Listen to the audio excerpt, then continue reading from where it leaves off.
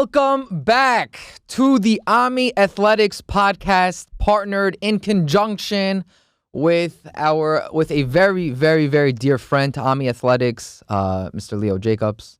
We have a lot of questions and a lot to talk about because there's a lot to talk about with you. But before we get into the rabbit hole and the wormhole of all the questions, I just wanted to mention I guess I don't know what drives Richie and Elon to be obsessive about waking up in the morning and doing things that are totally uncalled for.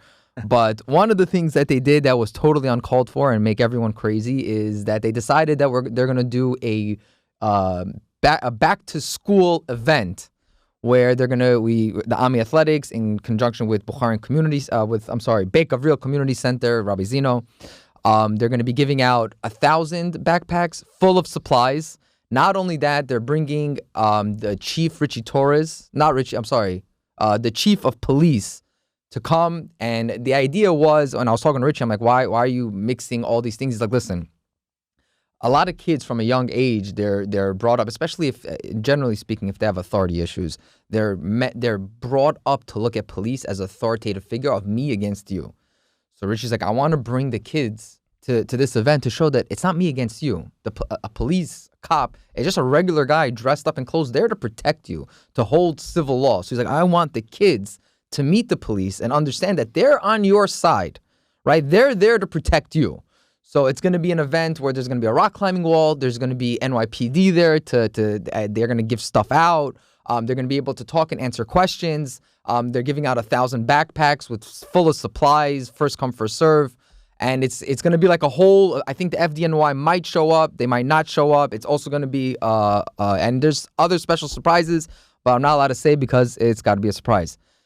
With that being said, and then I just wanted to thank the sponsors.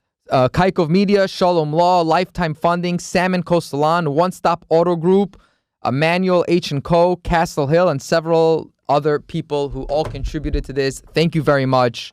And with that, thank you to Richie for planning this, but we are going to get into the man, the myth, the legend, the person who has his own podcast. I'm sure you guys heard of him, Mr. Leo Jacobs, ESQ, Eliyahu Jacobs, Esquire. What's the proper vernacular is Leo Jacobs. Yeah, but what's the I'm saying ESQ, Esquire. There we Means go. Gentleman.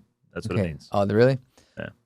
So tell us a little bit about yourself. What do you want now? I'm going to be a little bit more specific for all the people watching. Everyone knows you as this, for lack of a better word, as a hotshot lawyer. You have the grandeur, you have the name. So first of all, what's that like? And second of all, who's Leo Jacobs?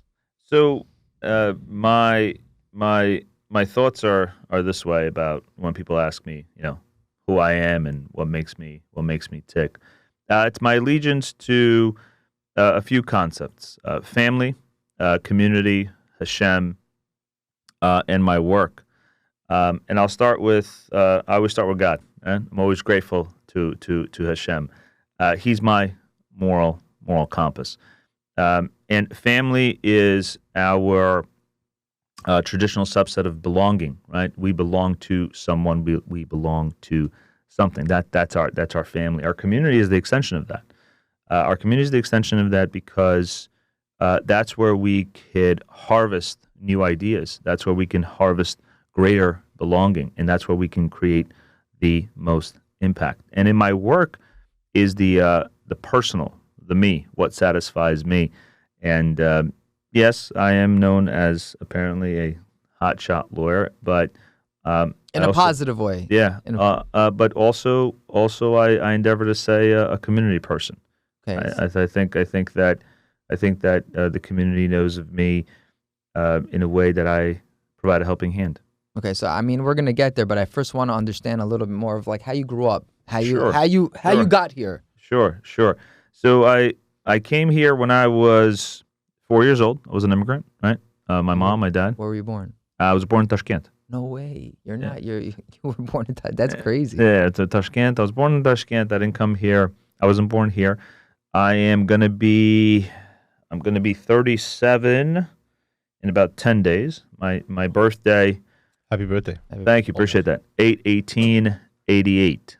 So those are my numbers. A lot of eights. A lot of eights. A lot of fortune in eights. Above nature.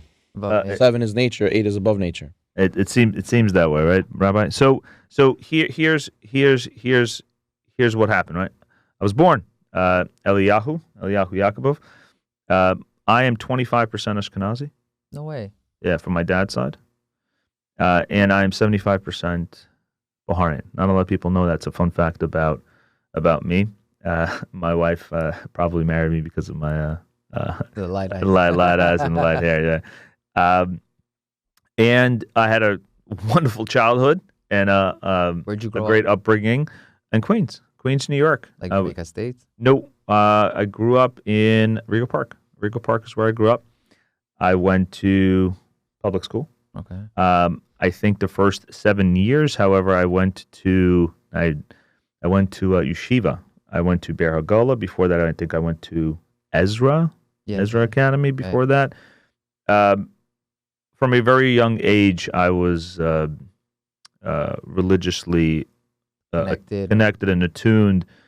I felt that always. Really? I always felt that. So for me, being religiously attuned was quite important to myself, because we do live in a very materialistic society, and that all does. What was it like growing up in your home in terms of religion? My dad and my mom. So my dad gave me the confidence and resilience.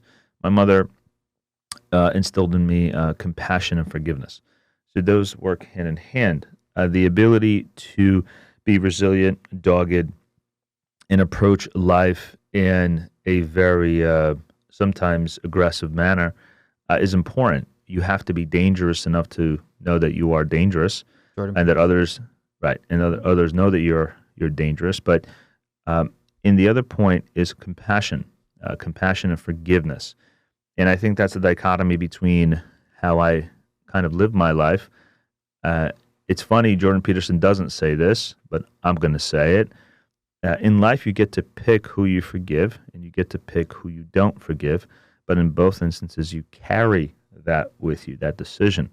So it's about self, it's about decision making. But I can keep going unless you have more questions. I mean, I have a lot of questions, but I'm kind of letting you just run with it. Sure. Say, like, speak out. Sure. So, okay, so you went to high school, you graduated. What prompted you to become a lawyer? Like, what? I'll get into that as well. What happened? I'll get into that. So I went to public school in PS 206. Before that, I was in Ezra, then a little small stint in Ber Hagala. Went to Forest Hills High. I was both junior high school in Russell Sage, which I think is a fun fact. Russell Sage and Halsey. So I was a product of both. After that, I went to Queens. I didn't have a lot of direction as a young kid. Can you be more specific about that? Sure, of course. I knew that you had to play, have friends, have a lot of fun. I'm a Leo at heart as a horoscope, so I'm a very vibrant person, confident person. However, I didn't have a lot of direction when I was young about what to do and who to become. I think I wanted to be a computer programmer at one point because my mom told me to, and then my mom told me to become a doctor. Right? I was all Baharian. Moms, I'm saying a lawyer is equally as Bukharian in terms of vision. Probably, and we'll talk about why. God bless you. Thank you. Why the path that I take or am taking now is unconventional as an attorney. But we'll get there in a second. So I went to Forest Hills High. I graduated. And I graduated early. I'm 37 years old. Going to be 37. B'ezrat Hashem. So I graduated high school when I was 16, turning 17. Graduated Queens College when I was 20, 21, or 19 or 20. I went to law school, graduated, became a lawyer about 24, 25 years old. So that's not young, but that is earlier. And I found myself in Queens College or Hunter because I was studying to become a doctor. Wasn't doing so well. Oh, you were in pre-med. Pre-med. Wasn't doing so well. Organic chemistry was the death of my future in becoming a doctor. So what I did was I said, I was eating a sandwich one day, and I was like, you know what? I was like, I don't think I'm becoming a doctor. So I whipped out my magical black hat, and I stuck my hand, and I was like, lawyer's not that bad. So it wasn't through rhyme or reason, but it was through didactic thinking, of okay, I'm good at writing, good at reading, good at logical reasoning. I was taking philosophy at the time. I had real interest in it. Very, very good interest in it. And I was like, I'm become a lawyer. And that was a great choice. That was a great choice. And I think I was guiding myself, but with Hashem's guidance, of course. Right. So my religiosity at that point was not so great. My dad always taught me that you have to be a God-fearing man, and you have to have religion and Judaism, inside of you and outwardly, inwardly and outwardly. When I would go to the 71st shul, that's where kind of I grew up. 71st. BJCC. BJCC. Okay, Yeah. And we always had Friday. I never go out on Fridays. I'm always home on Fridays. I'm very traditional. I consider myself a very religious person. I don't wear a kippah. I don't have the tzit on, but You feel a connection.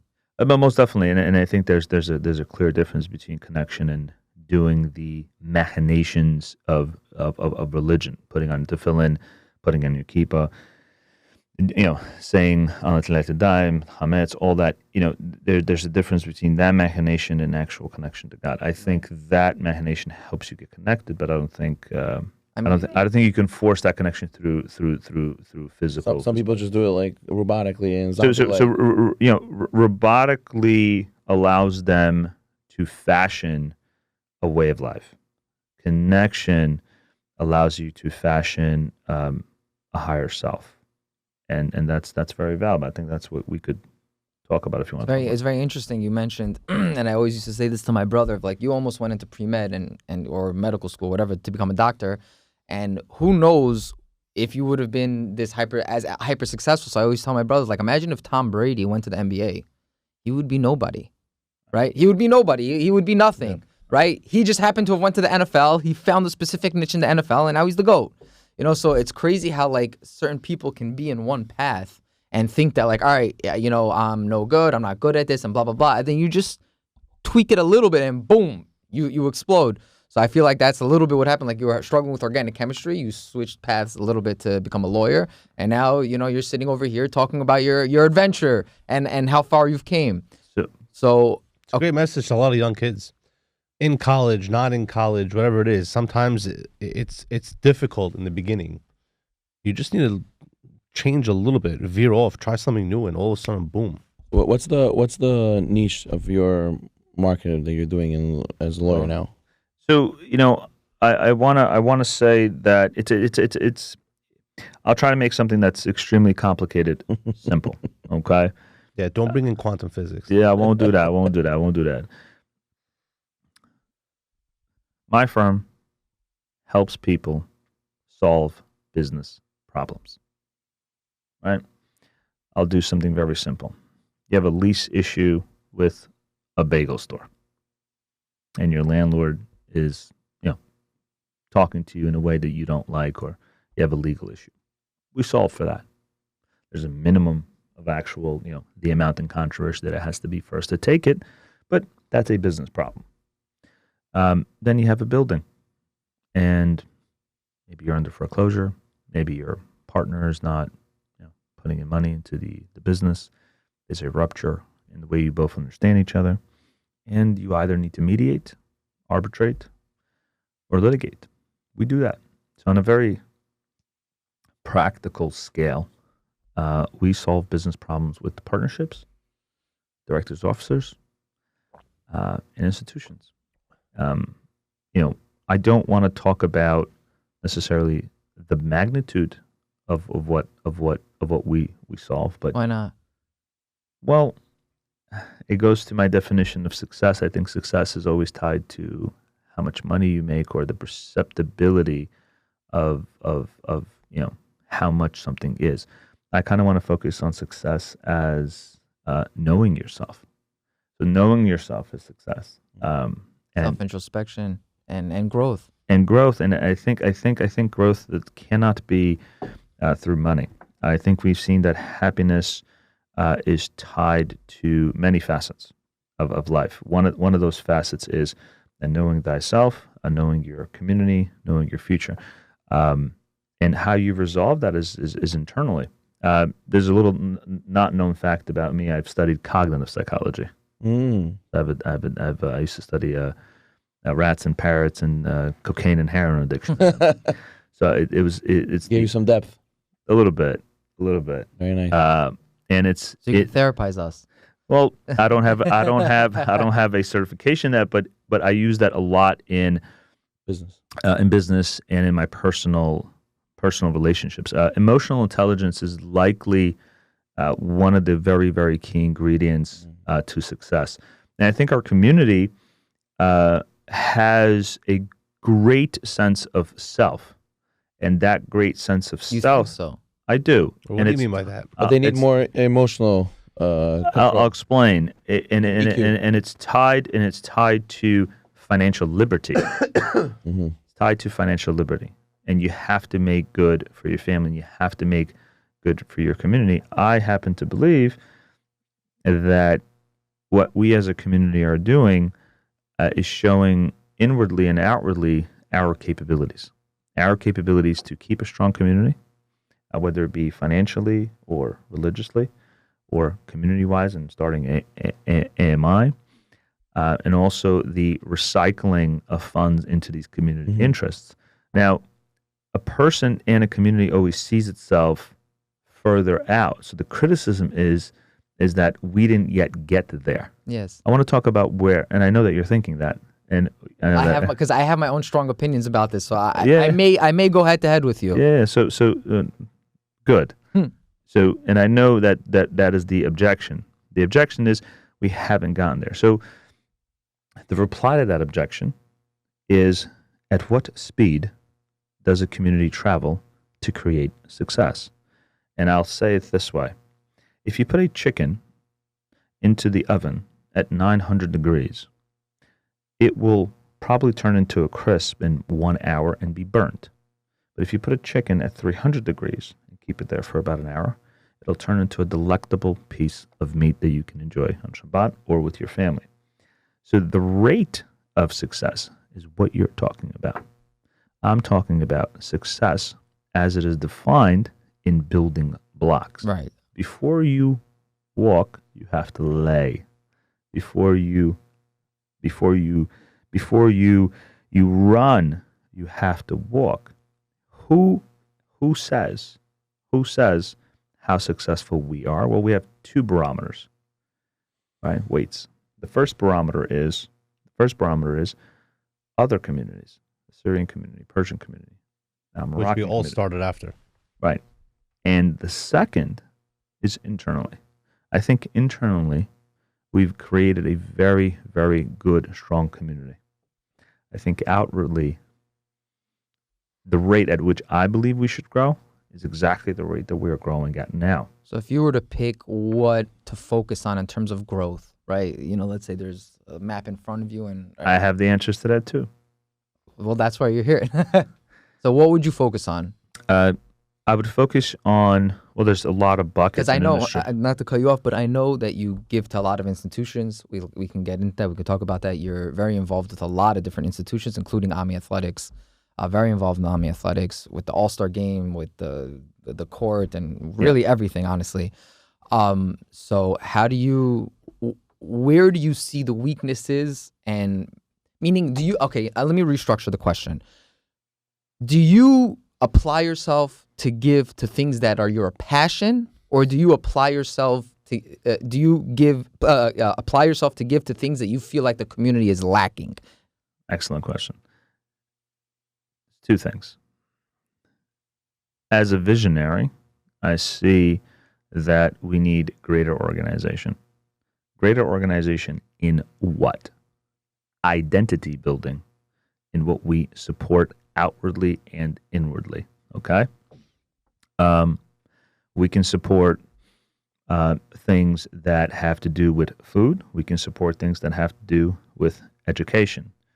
I think we have enough representation when it comes to religiosity, frankly. We have a lot of rabbis.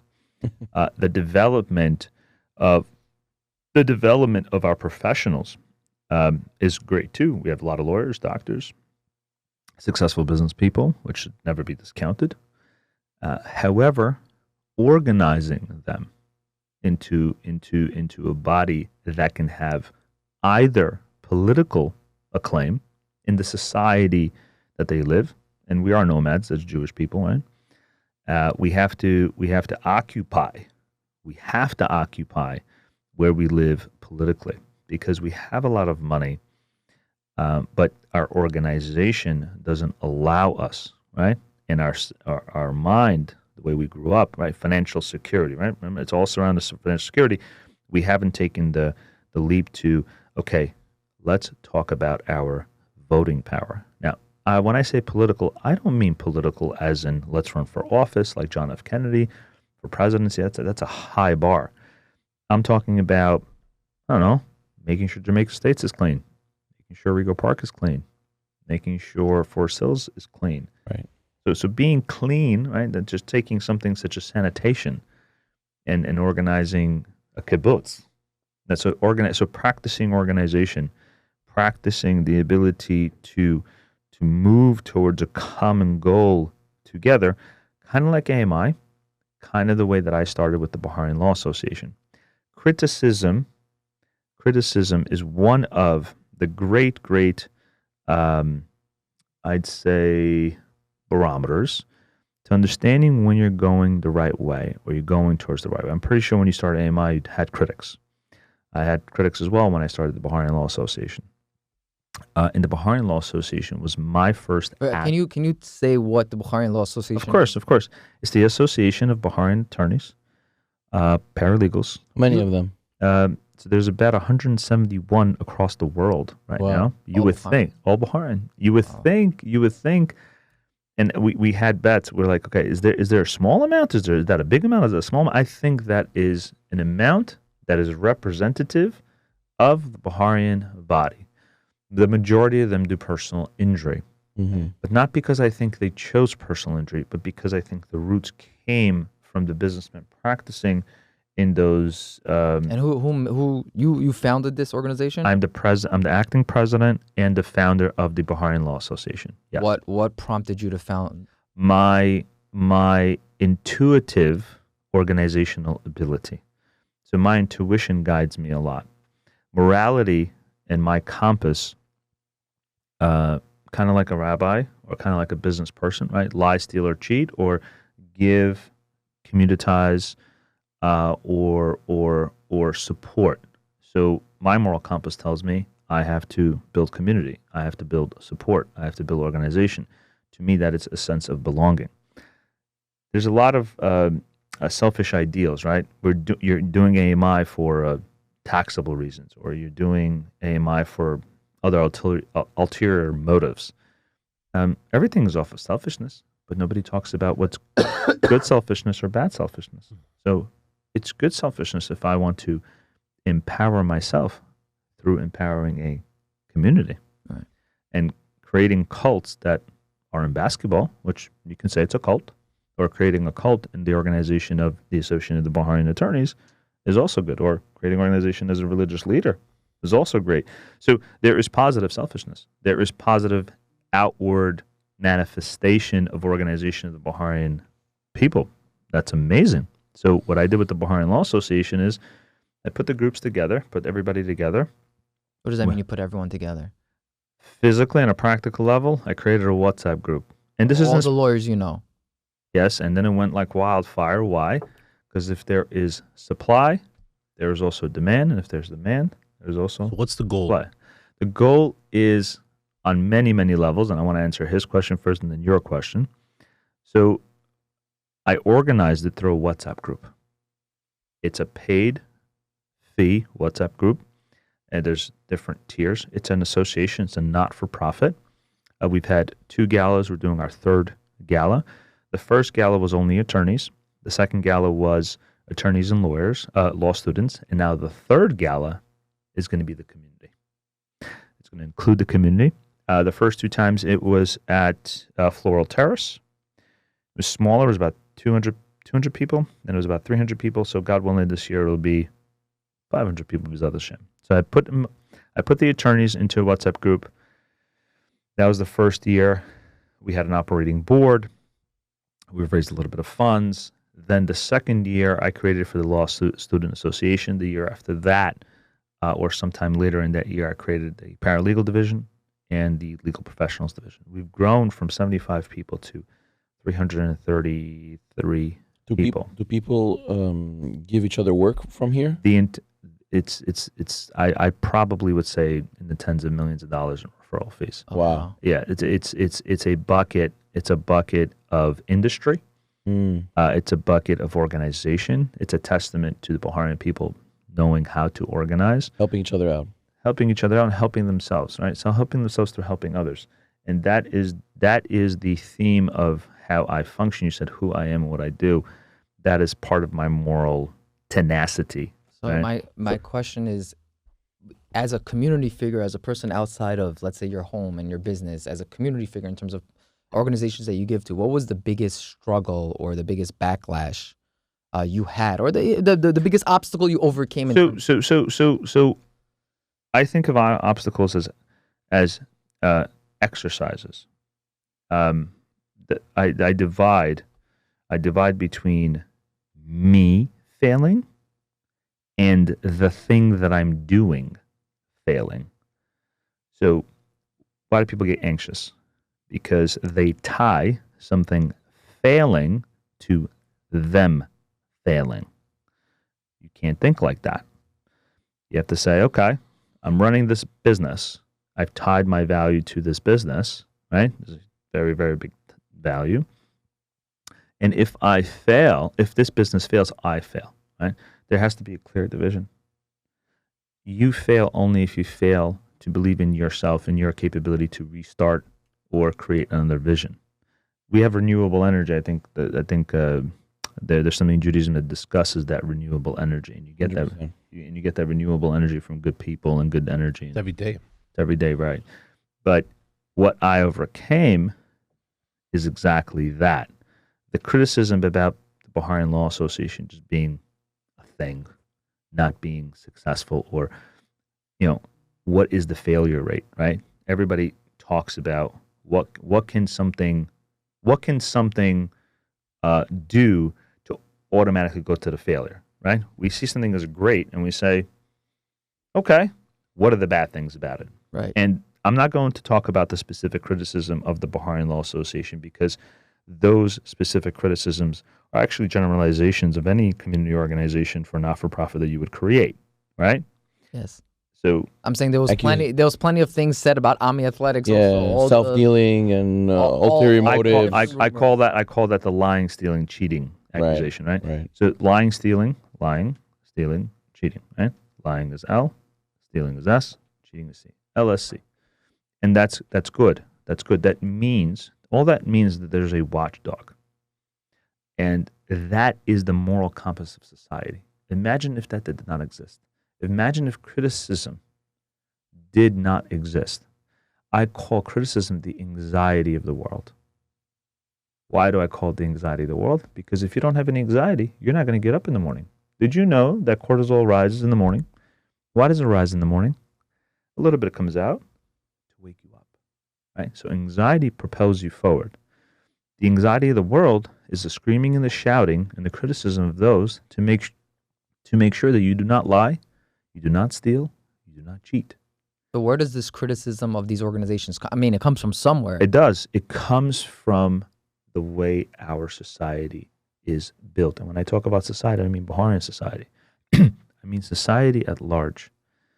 If you go through history, whether it be religious, secular, non-secular organizations, you'll find that criticism is absolutely necessary to a productive organization, to a productive environment, to a spurging environment. Why?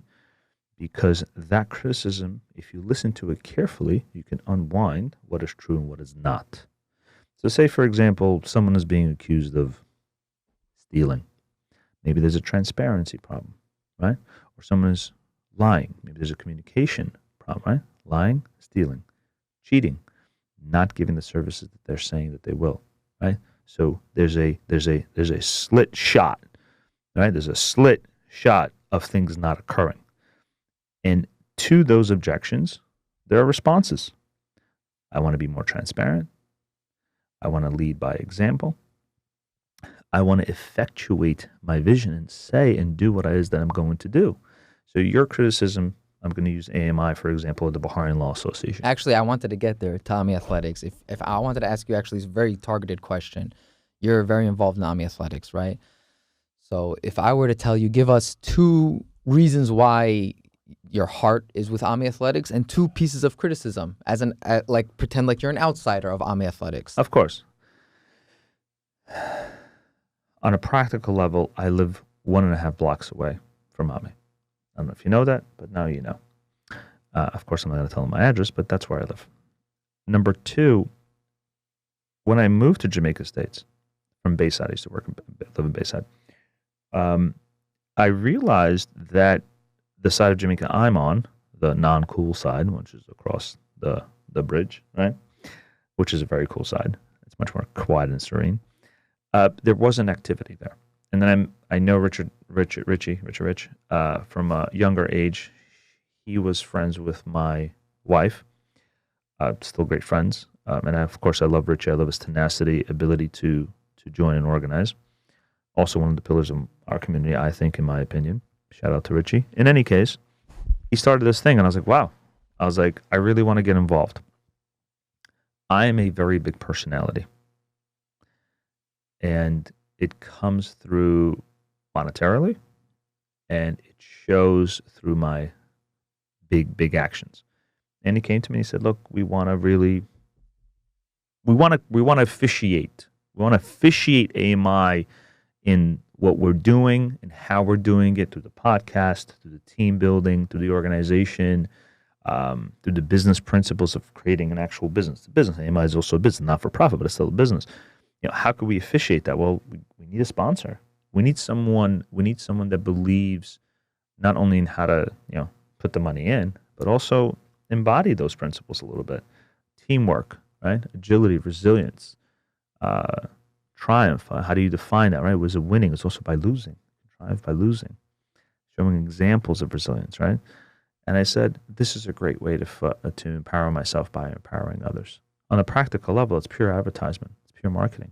I think from AMI, the advertising marketing beautifully worked. It worked? I think it did. I thought you just did it like, okay, like here, like I'm here to help. But I'm happy to know that people reached out to you because of it. No, it's not about that. There's brand recognition, there's marketing. But I think on a very practical, cynical level, if there's a cynic here, right? Lee, you didn't do it to help. You did it for you. Right? That's on a practical, cynical level, right? Absolutely true. But there's a percentage there. Okay, it's a spectrum. 1% or 99%. Well, there's plenty of ways to spend a lot of money for organizations. But specifically for AMI, it's the gateway to team building exercises and organization in the way I believe it to be. And I believe that it should expand in doing. Sports develops character and personality. Everything we do in life is an adventure in the exposition of our personality, of our character, who we become. And I think under the right pressure and the right circumstances for children in basketball, not them holding an AK-47 in Afghanistan, although that is also team building, by the way, right? That's technically. Well, there's demonstrative team building. There is destructive team building. That is, in my humble view, holding an AK-47 in Afghanistan, trying to kill your enemy, Jewish, black, Chinese, purple, right, is team building in a destructive way because you're teaching organization through a vile manner. But teaching organization through, I guess, basketball is an excellent way of building team, of building organization, of building character. And there's a selfish ideal of having my son see Jacob's PC on the floor, but he also tells everyone else that are his friends, hey, look at that. And they come up to their dads and they inspire their dads or their moms, right? and there are other people that advertise there. Yeah. So it's about spreading the word. And if I need to be someone that takes that grand step, it is a grand step. I think I never had a basketball court. It's my first time having a basketball court. It's almost abrasive to do that. Unheard of. Unheard of to do that, but I do it for the right reasons, and a little bit for the reasons that I've said in terms of selfishness, right? So we take the weight of the reasons that we're doing this. Why you're asking is I believe in AMI. Why? And I believe in AMI because it creates good organization and team building skills for children that they will need in the advancement of their personality and character. The same way I believe in religiosity, in Judaism. Of course, I'm a God-fearing man in Judaism, but if your child, said, I want to be another religion, and I don't condone this behavior, but I'm just saying, okay, but as long as there's good organization there, as long as it is a demonstrative religion that they can grow into, right? I think I'll say something about religiosity one time. I know it's a very, very strong subject to talk about, but religion, not only Judaism, but in general, it's a construct. It's a construct of machinations. It's a construct of repetitions. And that's good. That's good because people need that. But not losing your sense of self in that machination is important. I think overdoing it in a way that you're paying attention to the subject of what you're doing as opposed to the purpose of what you're doing is turning a blind eye. And that's where you go from a good cult to a cult that is destructive. So what are your, if you had some criticism, if you had some ideas on how we can expand or something that AMI? improve? Yeah.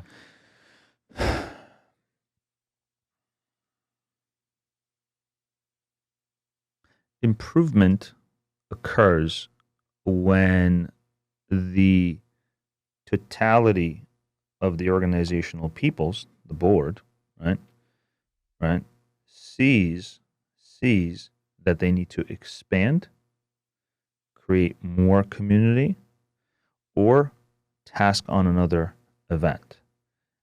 I think AMI is at the height of what they can do in the current place that they're at. I think, I don't want to say bigger, I want to say more substantive programs, right? Different or a variety of programs. Can you give us examples? Of course. Involving new sports, making it more official, right? Putting it out more into the public, right? So that will create greater criticism for sharpening AMI. And how do governments or how do bodying organizations grow? They look at others and how they did it. AMI, there's 1,000 AMIs probably somewhere in the world. They have other sponsors. They have greater resources. So I think improvement is creating more resources outside of the community and officiating them into our community for brand recognition of the Baharian people and the Jewish people at large. So someone can say, hey, that's a great organization. And I actually did that. I'm often written about in many real estate journals, The Real Deal, Cranes, I think New York Law Journal, all types of, again, as you said, I'm a parent public person. I always put in that I'm Baharian. Purposely. Of course. Well, it's not purposely, it's intentionally. Purposely has an evil tonality. It's intentional. It's intentional. And it's intentional because you want to purvey the ideology, true ideology, not fake ideology, that Baharians have a mission other than financial security and financial liberty, that they have organizational prowess, they have organizational ability. And if you stake your bet on a person that is disciplined or a community that is disciplined, you can bet on them.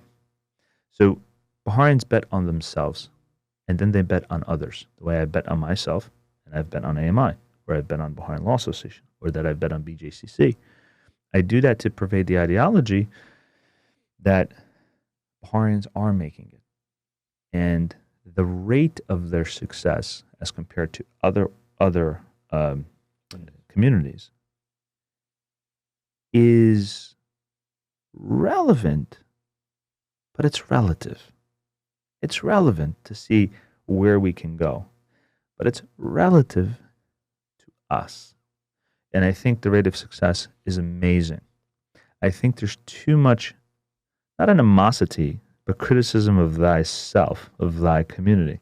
And What do you mean by that? stopping and smelling the flowers. AMI is amazing.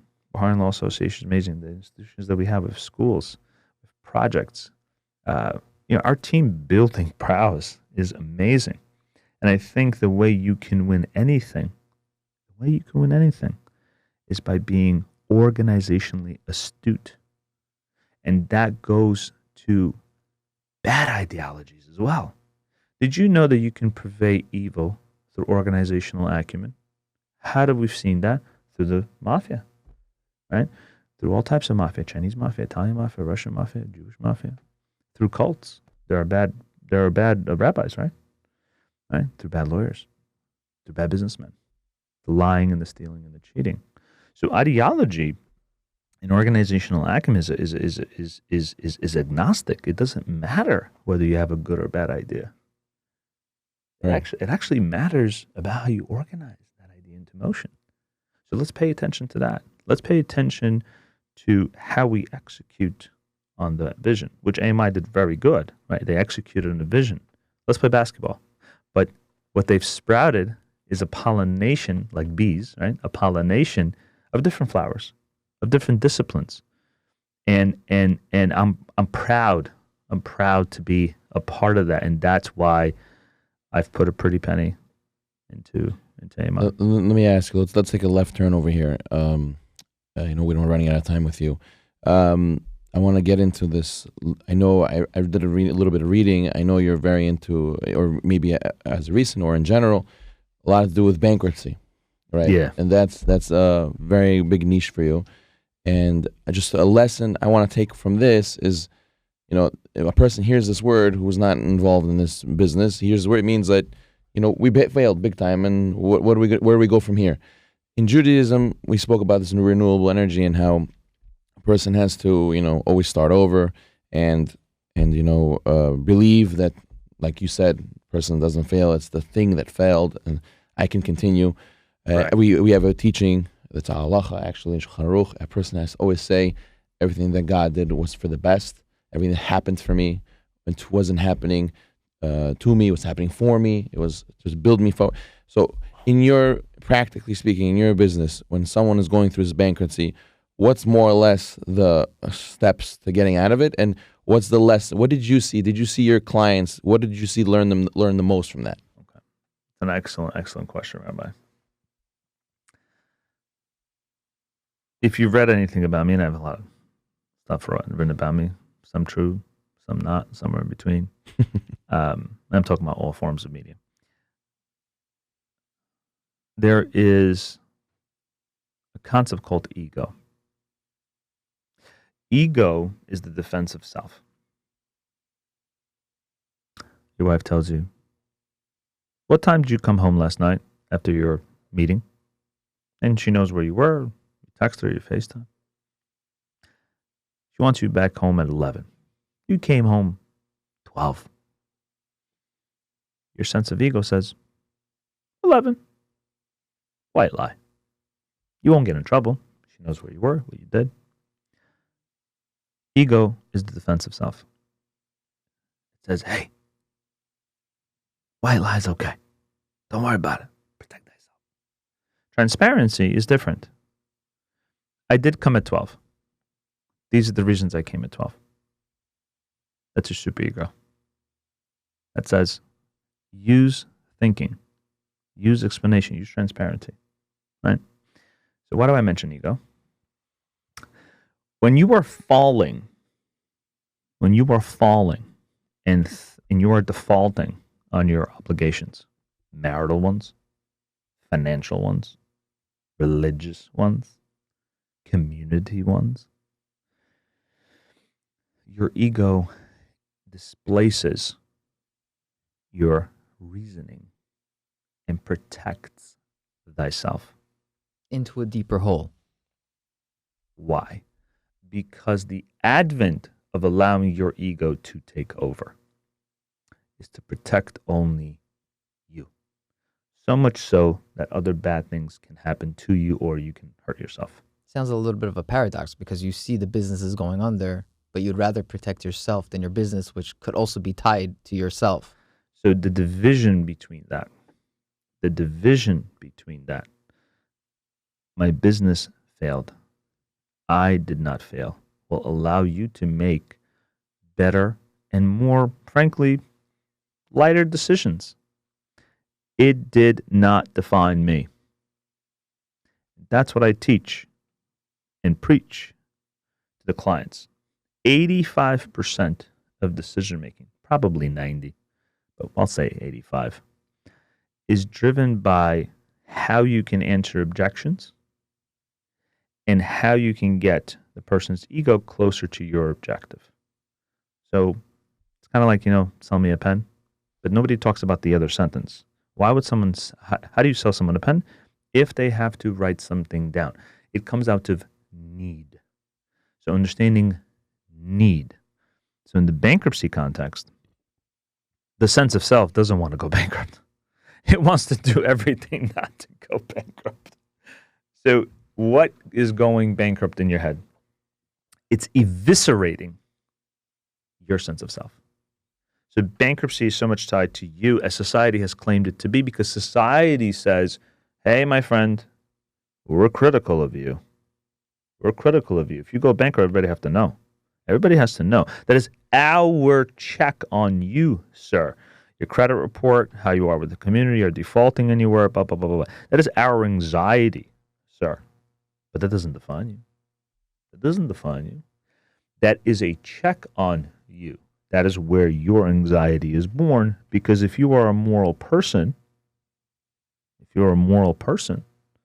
you will feel responsible and you will have physical ache because your ego and your superego are going to be in conflict with each other. So how do you resolve that, and how do I work through bankruptcy about that? You kind of have a little cushion for the client. You talk to him or her. You don't analyze, you instruct. You instruct. You help this person get to where they're going. And they always come to the end and like, Leo, we came to a place where, I have no obligations, but I got no money in my pocket. Well, it's not going from 0 to 1. It's going from -1 to 0. Right. 0. That right there is the difficulty. The ability to endure. You said what makes me different. The ability to endure. The ability to endure that place from -1 to 0. Now, going from 0 and 1 is very productive, right? You want to become rich. What happens when you have a lot of money? You get to make better or greater decisions. You get to make decisions at a higher level. What is a higher level? The ability to appoint a president from a bright and young school. But if you're starting out in a gym, like AMI did, you probably have me, right? So money allows you to expand. It allows you to expand your character. It allows you to choose who you want to side with and what you want to do. So the more money you have, the more of it you become. And the choices that you make, they inform your family, your community, your sense of self.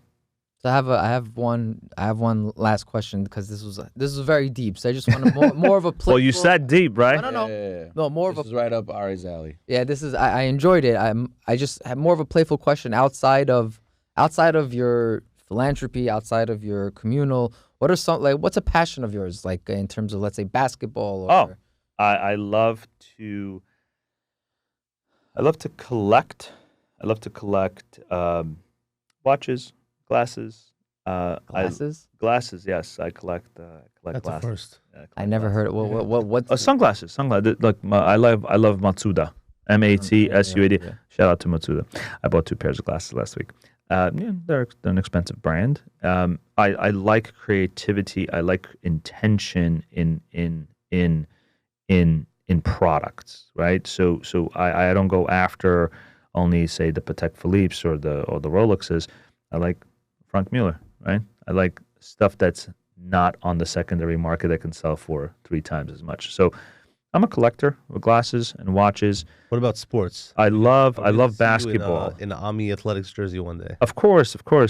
And I'm looking to do what you guys are attempting to do, which is grow Ammy in substance, right? In substance, in organization, in community tie, and that needs to be through buying a bigger space and in growing that way, expansively, right? Yeah. But inwardly as well, and that's going to take a good team. So I love collecting. I love spending time. One thing for married couples, I actually wanted to say.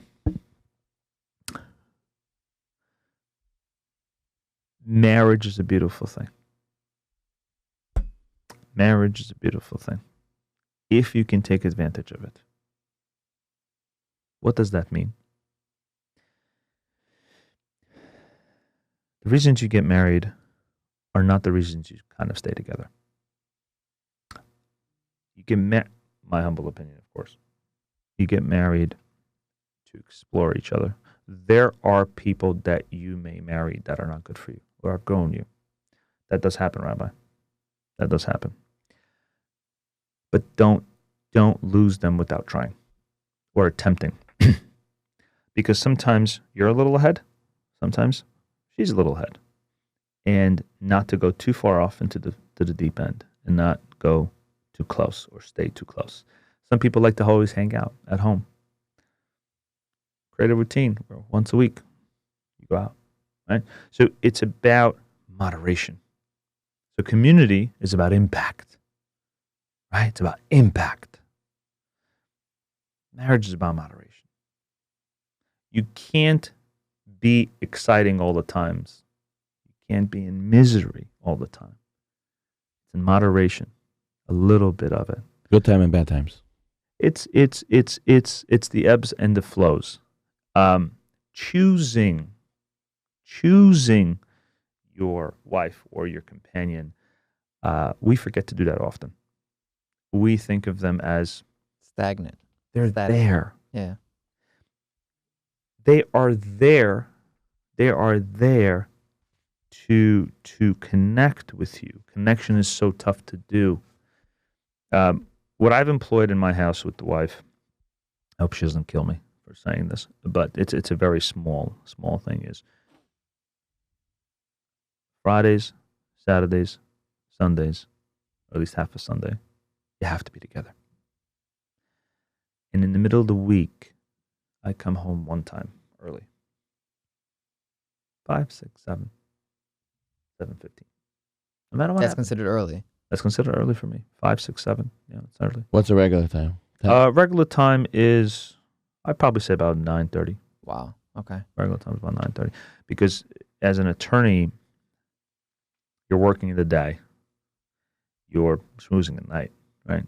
Going to sleep together. That's important. And you want to do it as often as possible. That's life. And life will get in the way. But your marriage is also there. Right. It's not hard to understand that my concepts that I talk about, community, family, and stuff like that, is Republican values, but I'm moderate. And I say that proudly. I think that defining values of a community should be tied to the compilation of the people that live in it. There are fanatics, both on the left and both on the right. But at the end of the day, when you seep through the rice, as you made with your mother with the plov, the black beans, right? There's only a little bit of that in a huge bowl of rice. There's maybe 10 of those black things, right? They compose a specific subset of any community. Yes. Any community. And what we do as a community that's so great is that we fanaticize that. We say, look, we didn't grow because we have this. Look, we didn't grow because we have that. My business has the distillation, better yet said, the crystallization of all the shit that you could ever need to represent. I only work on problems. Only heart surgeries. There's no heart that's going to come and say, "Hey, I'm fine. Can I see you?" So that's not going to happen. I kind of want to close in saying, if we are closing, is our community is in a great place. It's explorative in certain parts. It's forward thinking in certain parts. It's gotten there in certain places. I think religiosity is one of them, in terms of like the substance. And now we look at non-religious institutions and we say, how can we organize there? And I think AMI is at the forefront. I think the Baharian Law Association is at the forefront. I think other communities are. And if there's anyone listening that wants to be inspired today for thyself, purely for thyself, is do something that's worth for your ego to say, I did that. Whether you're a doctor, there's a lawyer, so I already did that for the organization, architect, engineer, businessman, barber, jeweler, whatever organizational groups that we have, that should be done. That should be done. Purvey that, and grow in your personality in that. Grow in your character in that. And you'll see how many great things occur. Don't forget yourself. But don't forget others as well. That's all I had to say. Well, there you Amazing. have it. Bomb. There you have it. Now, thank you, Mr. Leo, for joining us. Thank you for the words. Thank you for the inspiration. Thank you for the education. It was like a TED Talk. It was it was a little mini TED Talk. It's because usually I'm the one who has to like pull the information, so it was very nice for me to just kind of sit back and have Refreshing. Yeah. Surprised you didn't have to do that, huh? Yeah, I'm surprised. Yes, I am actually very surprised. Relieved a little bit, but surprised also. Now this is the part we get into the basketball talk. Sure. If you have to go, you can go. If you want to stay, you can stay. I obviously have to go, but I would like to say that, of course, I support the basketball division and what you guys are doing. And well, obviously, your name's on the floor. on the floor for all those who don't know. I do that for the Do children. you play basketball? I do play basketball. Because you're the first member here, right? The first who has not been in the league. Yes. Frankly, I was never called. I was never called into the league. No one ever said, "Hey, you want to play some I will basketball?" sign you up, Richie. Sign I him got you. Don't worry. Richie, I call know him. somebody. I know a person. Richie Okay. at gmail.com. gmail.com. Whatever. Thank you, everyone, so much. I deeply appreciate the expectation of what you thought I would say and where I would go, and the surprise of it too. All right. Okay. Thank you. Appreciate it, man. Thank you. Zag Baruch. Nice meeting you. Thank Great job. Great job. All the best. Shabbat shalom. Thank you. Shabbat Thank you. Mashnachas. All the best.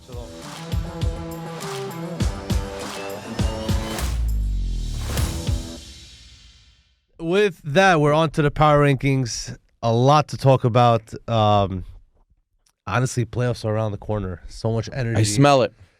This is when the season starts. LL Forget and playoffs. everything else. Right now is where it's at. Do you want to buy? Are you gunning for a buy? Me? Yes, you. I'm gunning to prepare my team to win the championship. So you don't care about the buy. Whatever. The it sad takes. part is you Everyone lose your wants to team. buy, but last year, Huh? Sad part is you lose your team. Yeah. well, if you lose, yeah. I mean, last year, 3 out of 4 teams who had a buy did not win a game. Wow. I think, or did not make it. They were 1 and out. I think Black was the only team that won a game, and then they lost the next game. So, yeah, the buy did not work last year. I don't know if you could blame the buy, you could blame whatever you want, but the bottom line, it didn't work. Anyways, before we get to the power rankings, we're going to talk about Player of the Week. We have a new record in Ammy Athletics history for most points scored in a game, and Whoa. he did it shooting over 50%, which is very impressive. Gabby Yakubov, player of the week. Did they win? They lost, but scoring 64 points and 50% Whoa. shooting Whoa. has nothing to do with your team winning or losing. You cannot blame, like people could say, oh, you didn't win. Listen, if a guy scored 64 points and took, I don't know, a lot of shots, right? So you can say he stalled his offense. The guy shot over 50%. Like, that's ridiculous. He shot 10 of 19 from 3. Like, what do you want him to do? That's amazing numbers. So it was a 4-on-4. The other team scored 94 points. Can't blame on him. He's on something else. It was a 4-on-4. Daniel Chaim was not missing. Yushivayev, I thought Asa did another great job on Aram Atayev. Held him to 7 of 21 shooting. He did a good job. On a 4-on-4, I was shocked. I thought Aram Atayev was going to go off. But it was Yushivayev who had 30-something. Aram Atayev, like high 30s. Both of them was crazy. Whoa. So player of the week, Gabby Yakubov. On to the play of the week. This was, this was wild. We're going to roll the clip right now.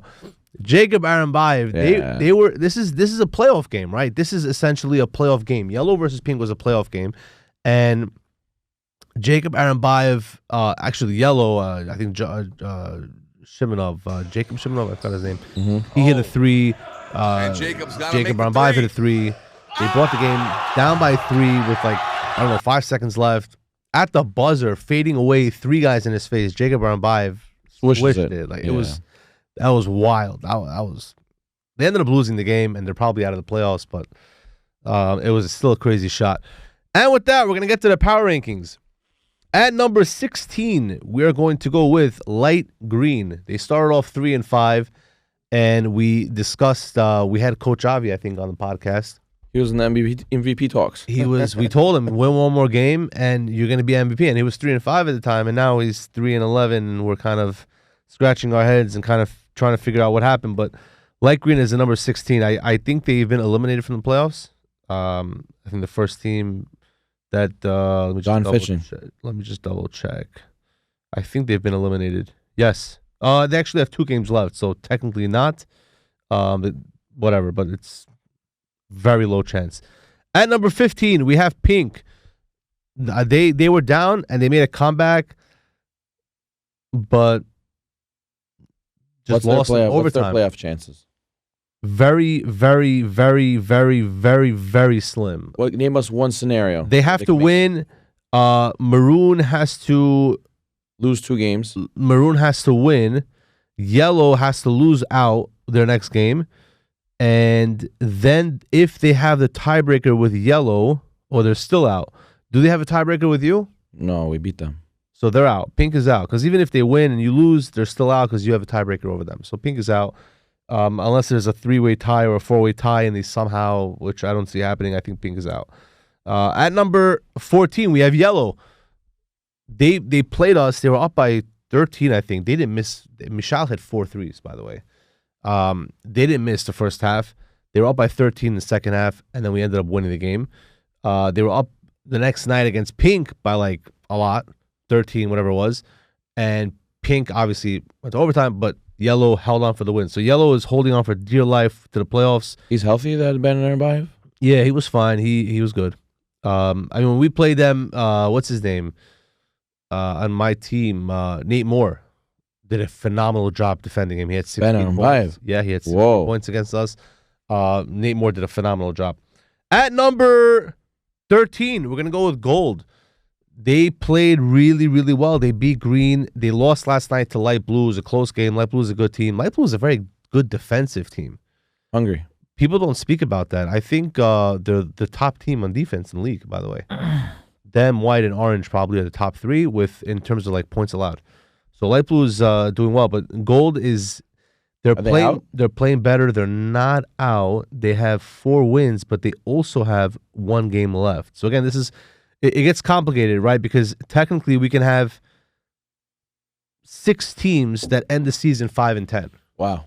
So 2 of those teams will make it. Wow.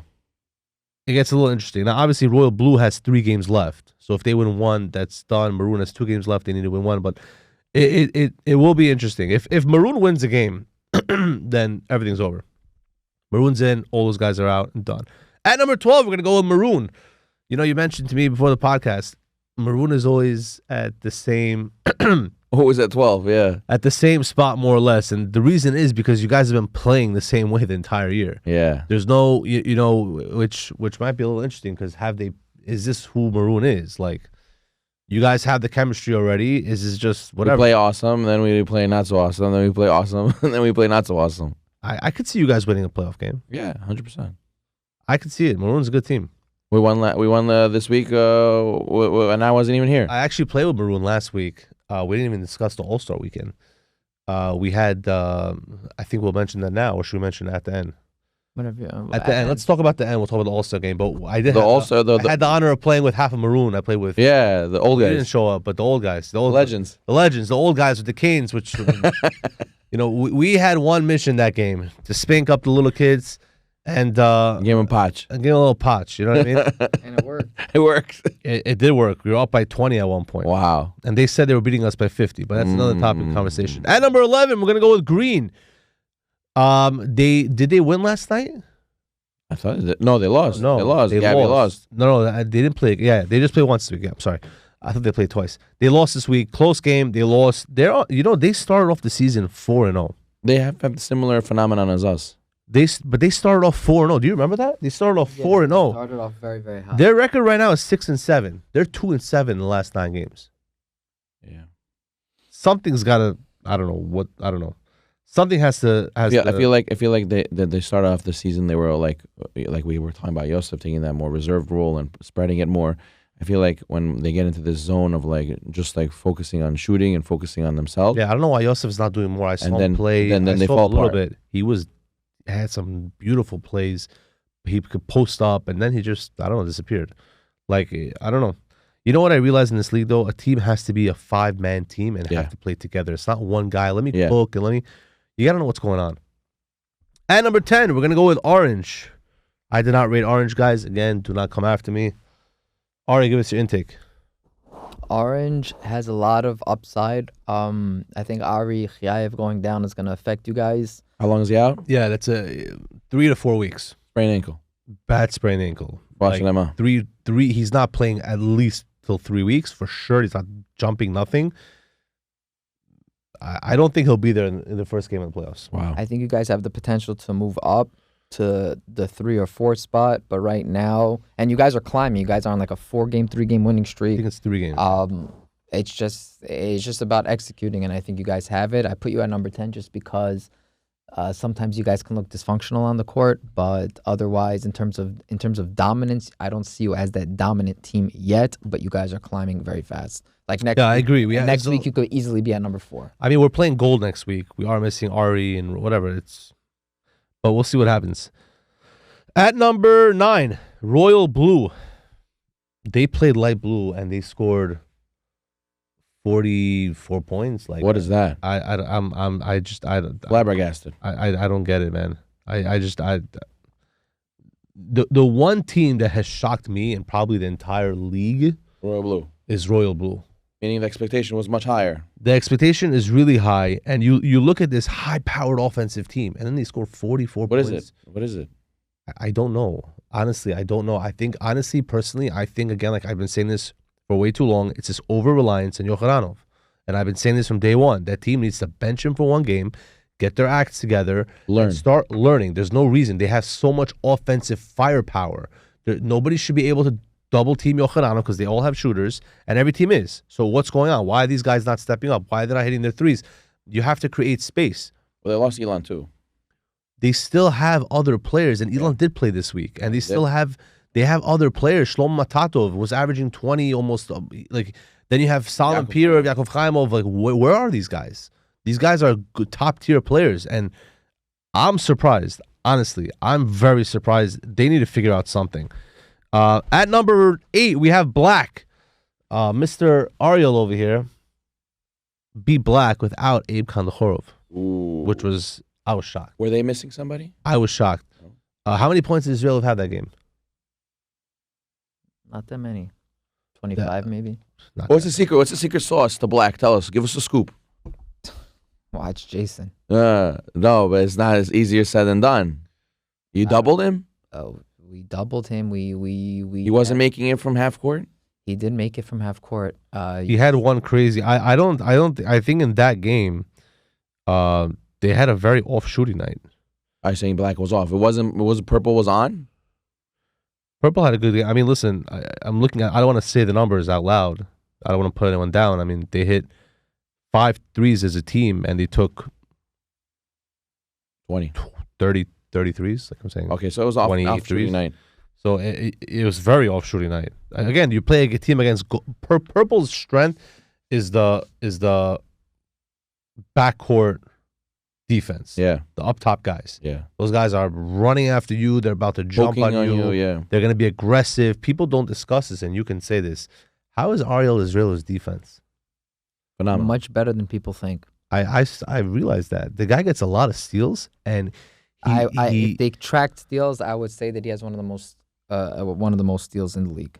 and assists, which is That's why what it is. people look at points per game and they say, I think Israelov is right now a front runner for MVP. He also has that clutch factor. Yes, yeah, he had He beat us on a buzzer beater. and then he also in the All-Star game. He's not normal. He's clutch. At number 7, we're gonna go with White. Big jump for White. I know you have a lot to say. We won't say. I want to know, is Leo out or is Leo in? Leo is chetzi. He's a little confused. Nituda, Nisuda. I don't know where Leo is, but it looks like he'll be back for the playoffs, right? He played a little bit this week. He'll be back for the playoffs. That's what I do know. So with Leo in the mix, again, they're a very good defensive team also. Very good. Gabi Hafizov's having a great season. I don't think he's having a DPOY season. But he's having a great season. I think he'll probably end up as number 2 DPOI. Mikey Ali Shai was also playing well. Mike, yeah, he's delivering. He's that shooter they need. He's playing well. He's finding his role. I think that they kind of looked at him as like the point guard to run the offense. That's not his role. Yeah. He's more of a shooting guard, and they need to have Leo and John Yakubov running the show. So they're playing much better with that. At number 6, Red, not much to talk about. They didn't play this week. And also number 5, Gray, they didn't play this week either. Number 4, we have Light Blue. Big win this week. Actually, 2 big wins this week, They played right? twice? Yeah, I'm gonna pull it up right here. They beat Light Royal Blue, sorry, and then they also beat Gold yesterday. So they don't score a lot of points. They in both wins they did not break 60 They just points. eat you all up alive like piranhas. They don't let you score. Yeah.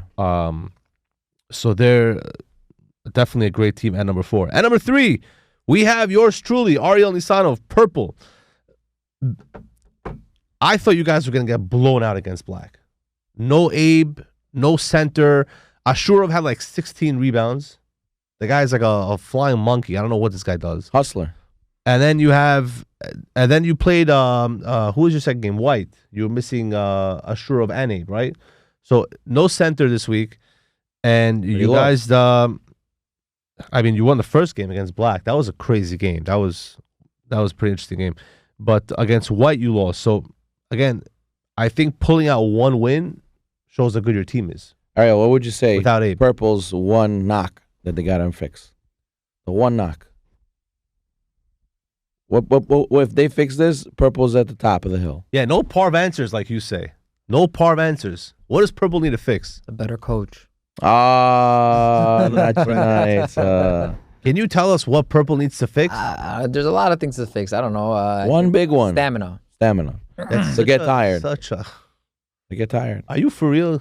Yeah. Does Ariel Arcelo sit the entire game in that all? No. Yo, Mikey Jacobs, Coach Mike, my coach last year, had a big shot. That won you the game. He won you the game. Yeah. And you know what's funny? He said all season, guys, when you need me to step up, I'm going to step up. When you guys, I'm there, guys. When you need me to step up. And he stepped up. Wow. Nice. He's a clutch guy. Listen, he took our team to the finals last year. At number 2, we're going to go with Teal. They lost this week, right? But who they lose to? They lost to Navy. They were missing 2 of their guys. They were missing? Really 3. Yeah. Yehuda. Yuda was there, but he has a hurt. really bad back. Okay, who else? Really bad They were back. missing Igal and David Hafizov. Oh, that's a huge. big deal. Now, wait a second. Navy was missing Johnny Barakhov. So it was like even. I would say it was even, but the one difference was, and this is a big deal, Teal didn't have a bench, and Yudo was hurt. Yudo was very They had to run the whole game. Had they had Igal Igal could have helped out with defense, running the ball and moving around Get and some kind guys of some rest. change the game. Yeah, and you put him in whatever. Like Gabi Lishav, he played. He had a nice corner three. I liked it. But that was a big mazal tov to Gabi Lishav on the birth of a boy. We wish you a lot of hatzlacha and nachat from him. At number 1, we're gonna go with Navy 8-game winning streak. And preseason, way too early power rankings, I put Navy at number 1. And I said that they are the most complete team in the league. You might have more talented teams. They are the most complete team. Shout out to our lovely commissioner, the guy who doesn't like to talk, Ilan Elishayev, on a nasty block. You saw that block? Nasty. He destroyed him. That was crazy. So big shout out to him. But Navy is playing at a really high Eitan Atanov. Avi Rubinov is having a great season. I was about to say like 18 points a game. And then you have his cousin yesterday, and before the game started, I'm like, you know who won this game without even losing? Navy is going to win this game because they have a chance now to finally put Yosef Rubinov, who is talented, in that starter role and to see what is this guy made of. The guy dropped 16. Wow. And now they know that when Johnny Barkov comes back, we have a viable 6-man who's going to make you pay. Mm-hmm. That is huge. He needed that confidence boost. He's a rookie. And I was very impressed. But that was the what's it called? Power rankings. Now, we're going to talk about the All-Star Weekend very briefly. Big shout out. You want to talk about that? No, well, I mean, I think it was beautifully ran. It was extremely competitive. I enjoyed the All-Star game itself. That felt like a finals. It felt like I was saying this to everybody. There was no anxiety related because I was just going for both teams, but it was beautiful to watch. Very, very competitive basketball with the best guys in Ammy. No way you're going for both teams. You have Israelov on the team. Abe was on the other team. Oh, yeah. But, usually these All-Star games, they're junk now because, nobody really NBA tries. needs to learn from Ammy what it means to run an All-Star week. Exactly. The NBA is a joke. I'm sorry. The way we did it was insane. The All-Star game was the highest. I saw Gabi Yakubov dive on the ball for a floor. Like, I've never seen that. Right. You know what I'm saying? Even in the finals. Like, the intensity level was crazy. And then the three-point shootout, Eitan Atano, 14 of 15 threes. The guy didn't miss. Twice. Jason with clutch through. He had to, in the final round, he had to get 4 threes. He had 4 shots left to tie, and he hit all 4 3. I don't know how many guys in the league can do that. Yeah. Avi Rubinov, obviously, Mr. Humble, Avi Rubinov sealed the win. But it was crazy. And then obviously the captain's game, legends game was Richie and Elon. You guys pulled off probably the greatest week in Army history. Yes. Amazing. It was a lot of fun all around. Honestly, it was a sick week for everybody. Everyone was involved. That's the thing I like about it the most, is that everybody was involved. Yeah. The players were involved. The captains were involved. The old men were involved. Even the young guys. Kids, the halftime. The halftime, for $100, the kids were involved. There was trophies for everybody, and it was a light atmosphere, meaning everyone was coming to the game, laughing, talking. It brought everyone together and whatever. That's I think. And on to the 3 questions. Are you asking me this? I'm saying, who are you going to ask the 3 questions to? I don't know. I'm going to ask it to you. The 3 questions. Orange, and orange. Orange. And with that, guys, Shabbat Shalom.